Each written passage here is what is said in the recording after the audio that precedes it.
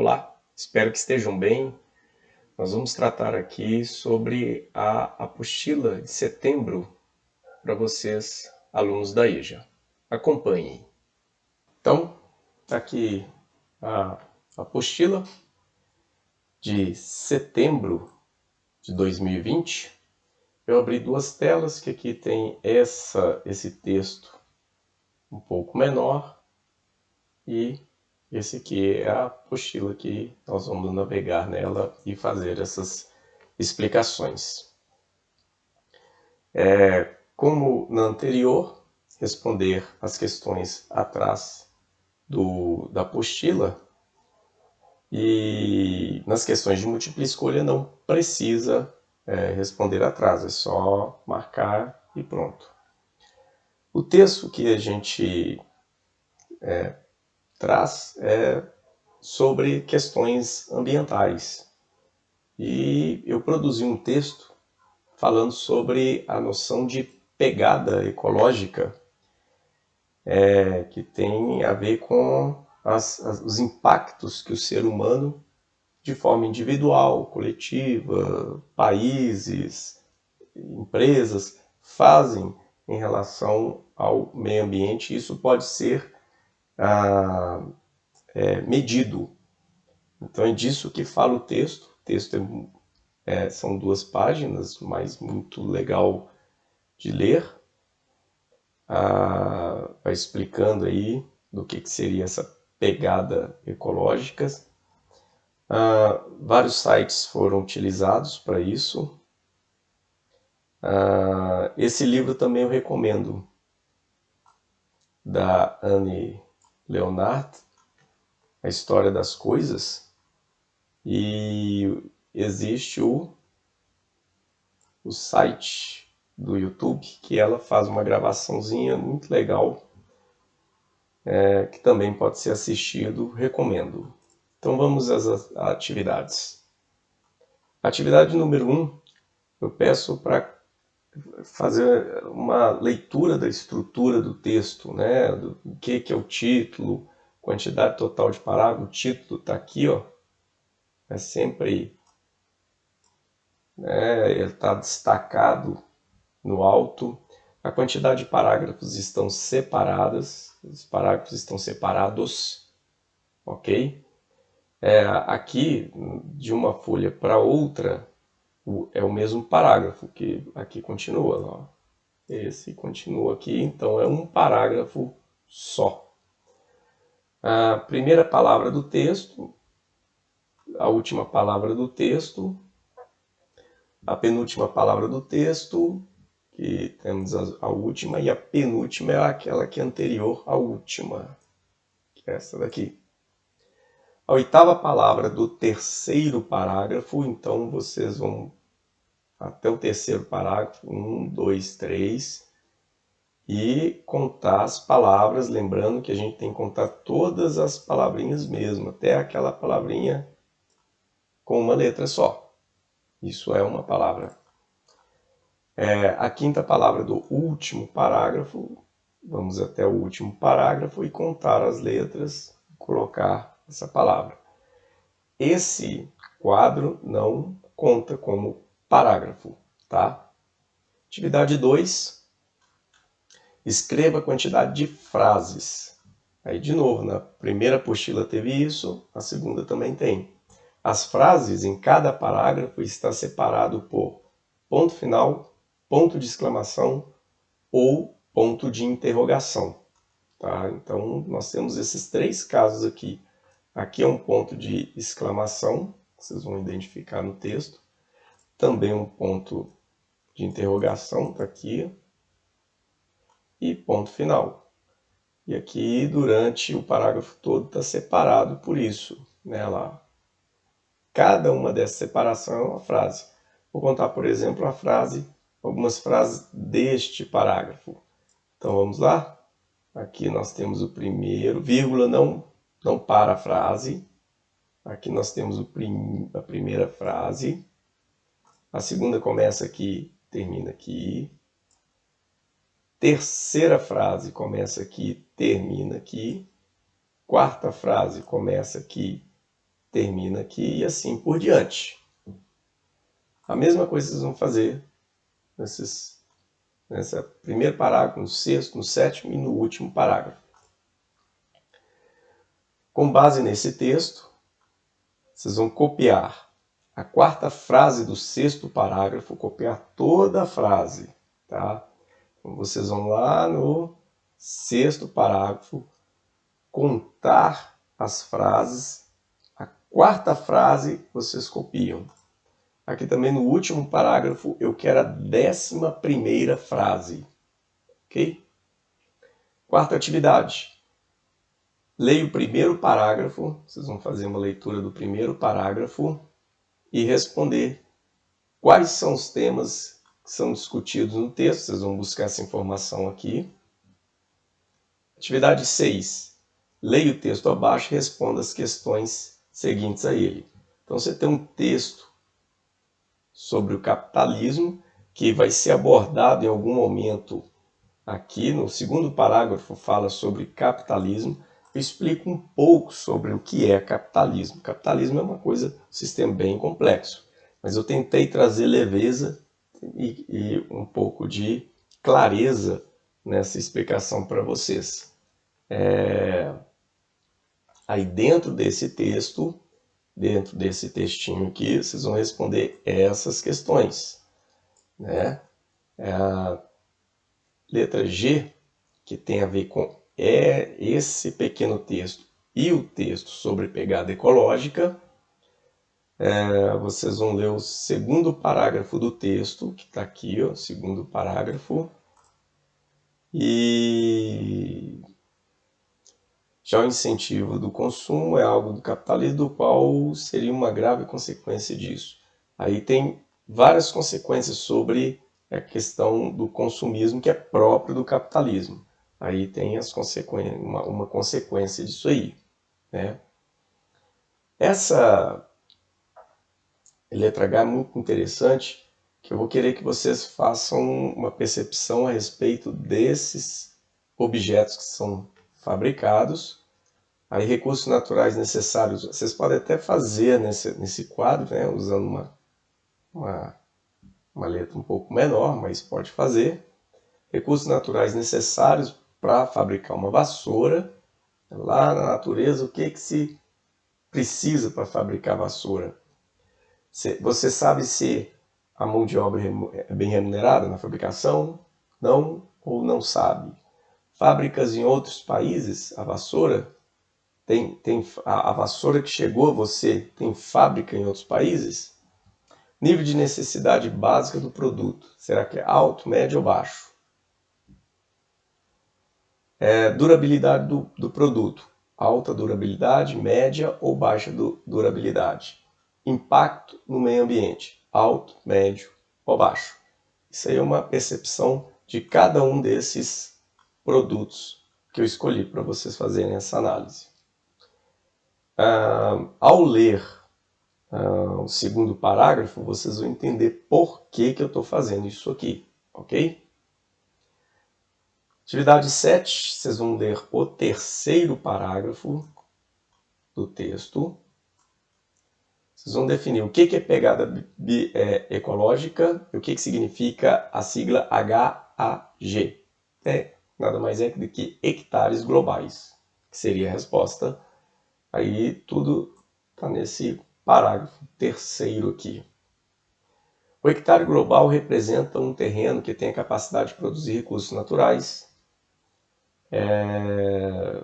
Aí vocês vão responder uma dessas alternativas, C1, C2, C3 ou C4. Aí vai ser, eu estou medindo a capacidade de visão de mundo que vocês têm, tá? O Brasil,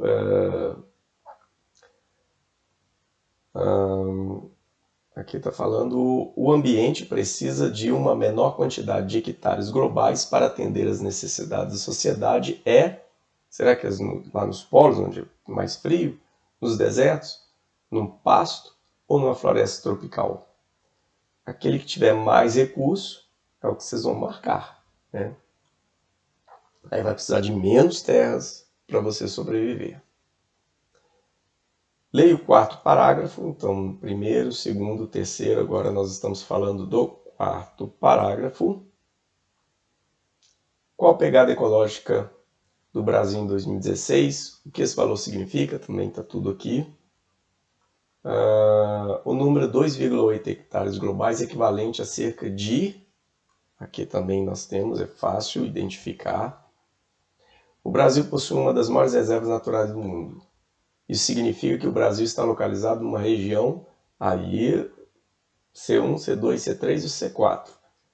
Aí vocês vão ler, vão perceber que o Brasil é um dos que mais possui recursos naturais do mundo e vai, com a visão de mundo que vocês têm, responder essa questão. Questão número 9. Leia o quinto parágrafo, primeiro, segundo, terceiro, quarto, aí passamos para o quinto parágrafo.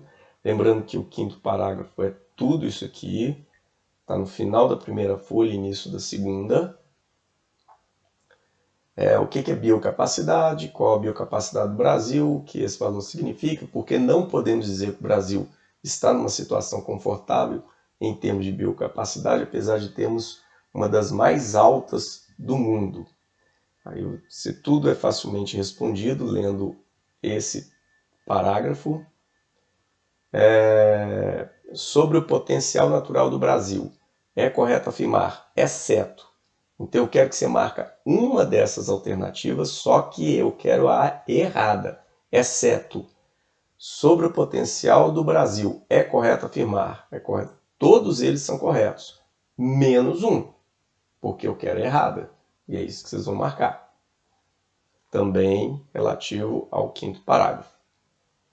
Leia o texto abaixo, responda as questões seguintes a ele. Então, vocês têm outro texto aqui, falando sobre a questão da desigualdade e concentração de renda, que o Brasil é campeão. Isso é um dado, né? Fornecido pelo Programa das Nações Unidas para o Desenvolvimento. Isso é facilmente obtido pela internet. Isso é um órgão muito respeitado que fala, olha, ele categoriza os países e o Brasil é assim, um dos campeões. Aqui, então, em relação a esse dado, são verdadeiras as seguintes afirmativas, A1, A2, A3 e A4. Sobre esse texto, exceto aquele que não é, eu tenho que marcar aquele que não tem nada a ver com o texto. Leia novamente o quinto parágrafo. E tem uma parte aqui que tem a ver com esse texto de concentração de renda e desigualdade aqui no Brasil. Então vocês vão fazer essa parte desse, não é tudo, se vocês copiarem tudo vocês vão estar dando uma mancada, mas tem uma parte dele que tem a ver com essa concentração de renda, está muito facilmente identificado.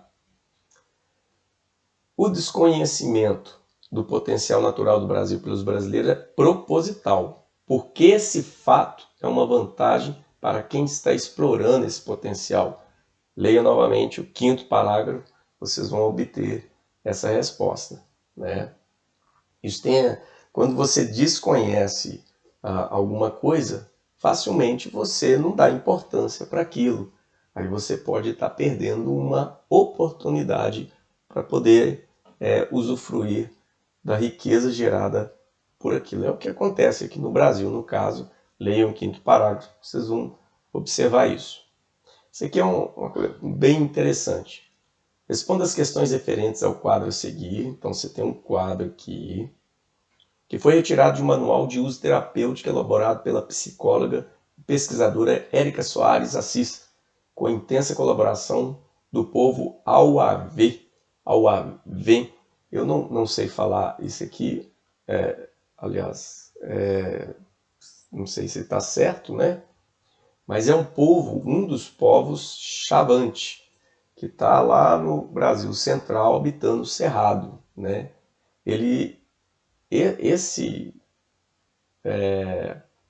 Esse guia, esse manual, facilmente obtido nesse endereço aqui, tá?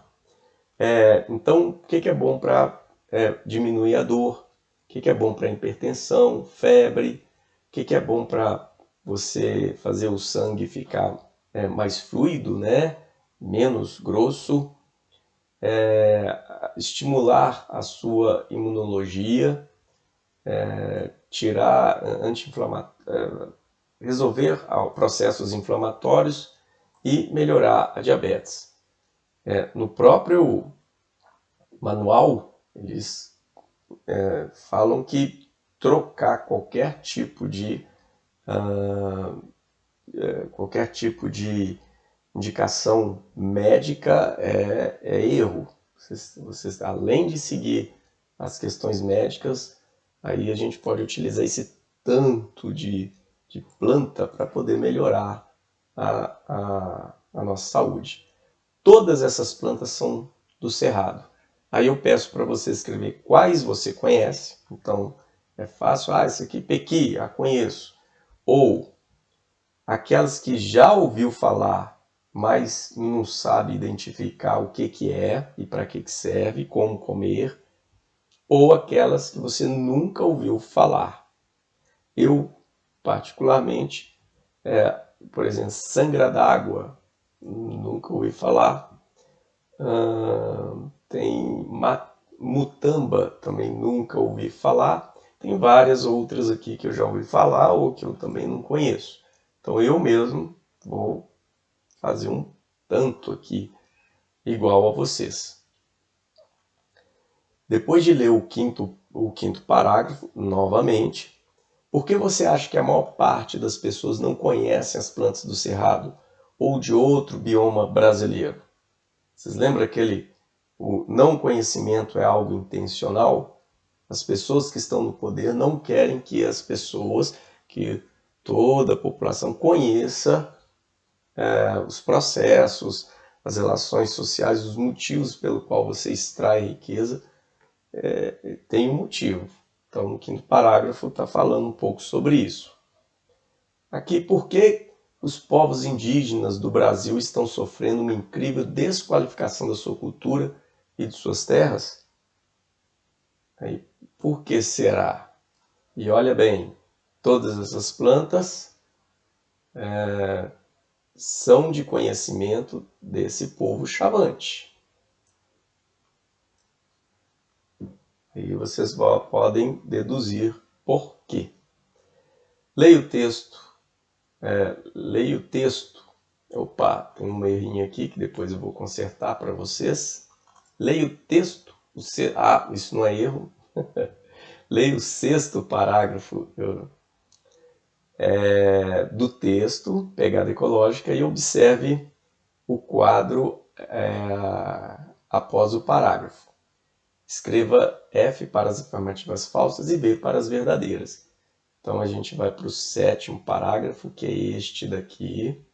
Um tanto de afirmações, e essas afirmações aqui têm a ver com este parágrafo aqui. Verdadeiro ou falso, está muito fácil também. A atividade 13. Leia novamente o sétimo parágrafo e responda aos questionamentos contidos nele. O sétimo parágrafo, aqui é o sexto, né? Sexto parágrafo está aqui, o sétimo está aqui. Tem várias perguntas, né? Será que tem que parar de desenvolver para poder parar o desmatamento, algo parecido desse jeito? O que vocês acham disso, né? É isso que está perguntando na atividade 13. Novamente leia o sétimo parágrafo e responda quais são as duas soluções escritas. O que é desenvolvimento sustentável? Aqui não é sétimo parágrafo, eu vou fazer uma correção. Esse aqui está errado mesmo. É o oitavo parágrafo, é este daqui. Leia o oitavo parágrafo. Elabore uma frase inventada por você que contém as palavras contidas em cada letra. Educação e meio ambiente, uma frase. Capitalismo e mudança, outra frase. E assim por diante. É obrigatório conter essas duas palavras na frase. Aqui vocês vão colocar essas palavras que estão escritas aqui em ordem alfabética. E aqui vocês vão fazer a divisão silábica, mas antes, número de letras dessa palavra, a divisão silábica e o número de sílabas, de sons, que vocês vão encontrar aqui, tá? Degradação. Então, são 4 sílabas. 1, 2, 3, 4, 5, 6, 7, 8, 9, 10 letras e fazer a divisão silábica para cada um deles. Espero ter ajudado. Então é isso aí. Fiquem em paz e até a próxima.